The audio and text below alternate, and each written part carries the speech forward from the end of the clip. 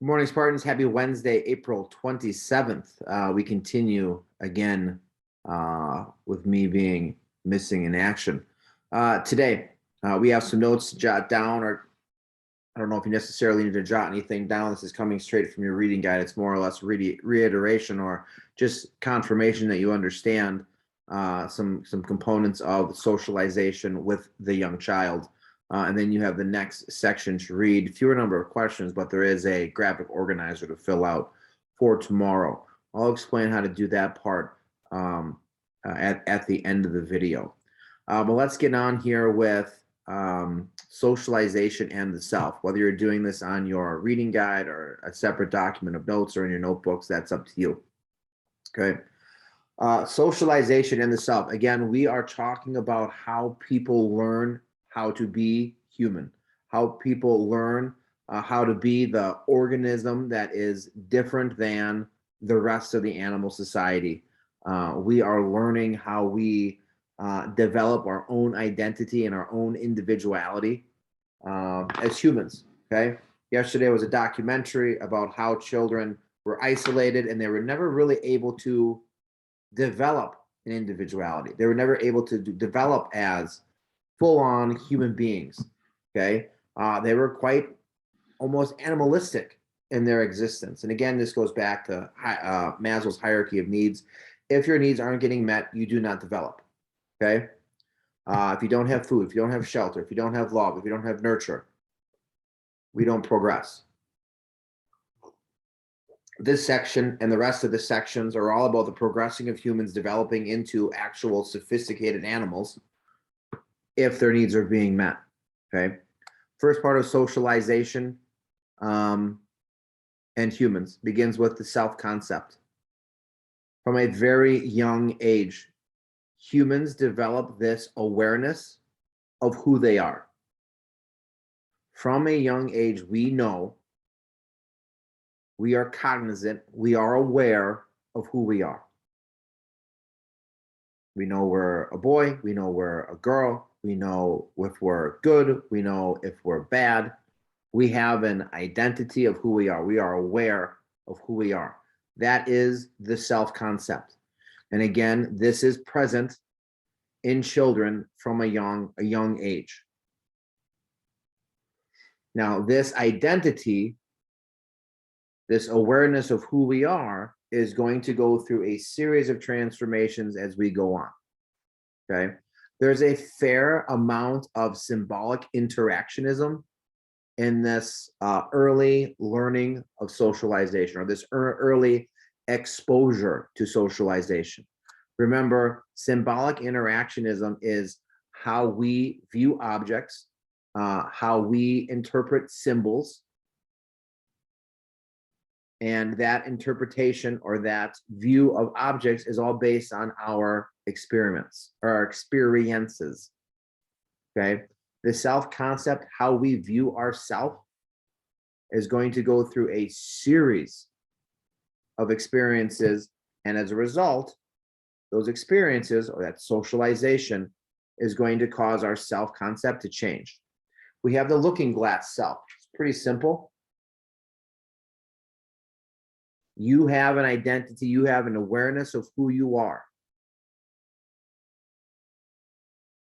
But that awareness of who you are then gets manipulated based on how you think other people's view you. The looking glass self takes your self-concept, who you are as a person, and then it transforms it, all right, or it manipulates it based on how you think others view you. It's a nice little quote here from Eleanor Roosevelt. No one can make you feel inferior without your consent. Again, this concept of socialization, interacting with others, how we learn, how we transmit, or how we receive the transmission of knowledge, is this constant exposure of how we view ourselves and how we think other people's view us. And because we are animalistic, because we are pack animals, we tend to modify our own identity based on how we perceive others think of, how others see us. Some people are more important to us than others. All right. This is the significant others concept. Some of you will have zero cares to give. If someone at school tells you, I don't like your shoes, I don't like your hair, I don't like the way you talk, I just don't like you, you won't care. Because they are not of any sort of significance to you. But if it's your best friend, or if it's the girl or the boy that you have a crush on, and they say, my God, what are you wearing? You might be devastated. Those shoes, those shorts, whatever it may be, gone, trash, sayonara. All right. When we're children, when we're young, probably the most important people, the most significant others in our lives are our parents, or our older brothers and sisters. And again, we have this identity of ourself. We have this knowledge of who we are, your self-concept. You will then adjust who you are based on how others see you, based on how those significant others see you. You might be a happy little boy or a girl, and you might think you're the coolest person ever and you're having a great time. But the minute your grandma or grandpa says they're disappointed in you, past experience, or your dad says that you're in trouble, you might just feel like you're the most awful person on the face of the planet. And again, this is how we learn. This is how we learn how to be people. This is how we learn how to fit in society. Self-concept is our own identity, our own knowledge, our awareness of who we are. Looking glass self, we manipulate that ideology, or that identity, excuse me, based on how we think others see us. We really do it. We really manipulate that identity based on how the most important people in our lives, how we think the most important people in our lives view that significant others. The next thing is more or less an easy concept to understand. Okay. Again, this is how we learn cultural roles, cultural norms. This is how we practice our values and how values are instilled on younger generations. It's how we identify, or sorry, how we develop who we are. It's role taking. I'm sure when you were growing up, you wanted to be a ballerina or a football player or a fireman or something along those lines. We get these ideas. We get this behavior from role taking. Okay. Role taking comes in many different stages. Right? You have imitation, where you're just mindlessly doing what you're doing because you saw it, and you know it's what you think you're supposed to do, but you have no idea why you're doing it. There's the play stage of role taking. It's you doing what it's you carrying out a behavior because that's what you're supposed to. Sorry, that's what you think you're supposed to do. And then you have game stage. This is where you are more or less, playing out situations in your head, or playing out situations in real life, anticipating what multiple people are doing or thinking. All right. I would imagine some of you have found yourself in a social situation that you have been distraught over, and you found yourself in your room just vociferating over it. And you're thinking through, all right, student A is going to do this. If I do that, student B is going to do this. If student A does that and I do this, student C is going to do this. If I do that and student A, B, and C do this, and you just play this whole situation out in your head. That's game stage. Imitation is you're doing something because that's you saw it done, you're just doing it. Daddy does this, I'm doing this. Your dad is walking around with tool belts on, so you go get your little Fisher Price plastic tools, and you're helping off on the side, when in reality you're just more or less getting in the way. Play stage is when you are doing things because that's what you think you're supposed to do. Boys are supposed to be tough. Boys are supposed to be macho. So you're gonna wrestle and play Spider-Man. Okay, girls are gonna play Tea Party, do makeup because they're supposed to be dainty and real prissy and prancy.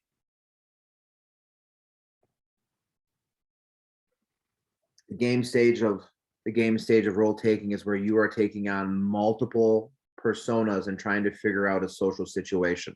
All right. Let's look at a video here of my godson. Uncle John. Uncle John is going home. Uncle John, going home. Yeah, that kid has no idea what's going on. Okay, he is repeating what his mother is saying. This is definitely the imitation stage, right? Some of you might have younger brothers and sisters. Some of you might babysit, and you've got that annoying little kid that keeps asking why. No idea. That kid's got, the lights are on, but nobody's home. Okay, this is the imitation stage. You are doing something because you do it. You have no idea. Okay, and again, this all fits into how we develop as humans, how we evolve into being the people that we are, how we evolve as people. It's in general, and again, not just orangutans or hippopotamus. All right, the role taking comes in 3 stages. 0 cognition at the beginning. By the time we get a little bit older, though, we start doing things because that's how we think we're supposed to do it. Again, socialization and culture is what we are supposed to do. It shows us what we are supposed to do as people. So the play stage is more or less mimicking what we think we should be doing, because those are the rules of society. The last one, game stage, this is where we are trying to figure out, figuring out how we fit in the social order, how we fit in the social group, and anticipating what others are going to do.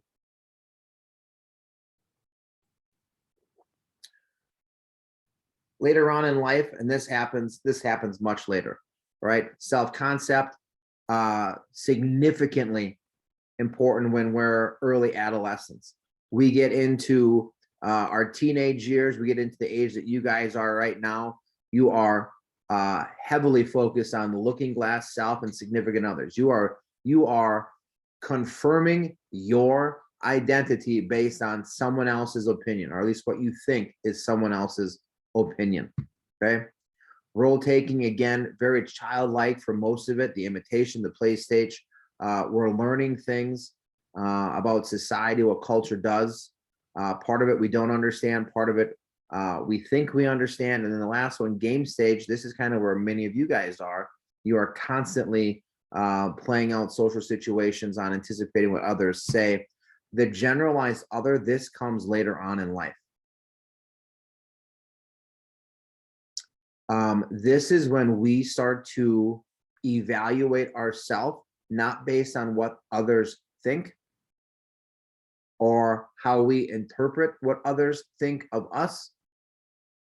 And we start judging ourselves based on values. It is less about your popularity. It is less about if other people think you're cool, or if you're successful, or if you have enough, whatever, friends, wealth, if you got into a good school. It's less about those things. Generalized other is not about comparing yourself to what you think others' opinions are. Generalized other is where we start to evaluate our own identity and our own existence based on our society's values. This is where we can honestly reflect upon our own achievements and our own development in regards to what we find to be the most important things in our society or our culture. The last part about social interaction or socialization and the development of the individual is the I versus the me. And again, this kind of goes back into the nature versus nurture. The I, the who I am, is our natural existence. It is how we naturally react to external stimuli, right? How we react to the world. And we've already talked about this. Culture is a system of restraints on how we respond to stimuli. That is the me. I, who I am deep down inside, versus me, who you guys see. Pardon the rhyme. Didn't really mean to think about it that way. But the easiest way to understand this is, I imagine most of you people go through life not saying how you truly feel. Boy, do I know your pain. I would like to say lots of things to many people, but I choose not to do that because society tells me that would be inappropriate and I would be fired. The me that you guys see is oftentimes polite, professional, and always concerned and caring for your nurture and well-being. That's it. That's all I have to say. Self-concept, how we view ourselves, how we identify who we are, looking glass self as that self-concept, how we see ourselves in comparison to how we think others view us. Significant others takes that one step further. It's not just randos, it's people who are important to us. The role taking is how we learn how we learn the other parts of our society, the other components of our community. We do it through imitation, we do it through play stage, we do it through game stage. Again, not knowing what we're doing something because this is what we think we're supposed to do, and then more or less playing out a wide variety of social situations, taking on the roles of all of the people that are going to participate. Then we grow up, we realize that people's opinions of us really isn't that important, and we start judging ourselves not on opinion, but on values, on core values. And we spend the majority of our life then trying to contain the I in who we are and not just reacting to situations. We try to focus on me and putting the me out there, which is how we respond to society and culture in our situations. Homework, almost forgot to do homework. You have the next few pages to read, 110 through 115. You are largely looking at, there are two questions here, 13 to 14, but you have a concept map. We're going to look at how religion, family, mass media, peer groups, and schools socialize children. We call these the agents of socialization. What do they teach people? What do people learn from being a part of those groups? You could either do this electronically on this Word document. You'd have to go into insert. You have to go into drawing, click new, and then text box. It's a little bit cumbersome, I'll admit that. I don't know if, nope, can't do that. I don't know if you're going to be able to, if you adjust the text wrapping here, you may be able to just type it right on here. Again, all of these things seem a little cumbersome. What I would suggest you do is just draw this concept map out to some extent on a notebook piece of paper. Take notes on how these agents of socialization influence people. Take a picture of it and then upload the picture into the Word document. That would be my suggestion on how you complete this. 110 through 115 for tomorrow. We will talk about the agents of socialization tomorrow before we go on to the next section. Hope you're having a wonderful day. Make sure you are behaving, and as always, go Spartans.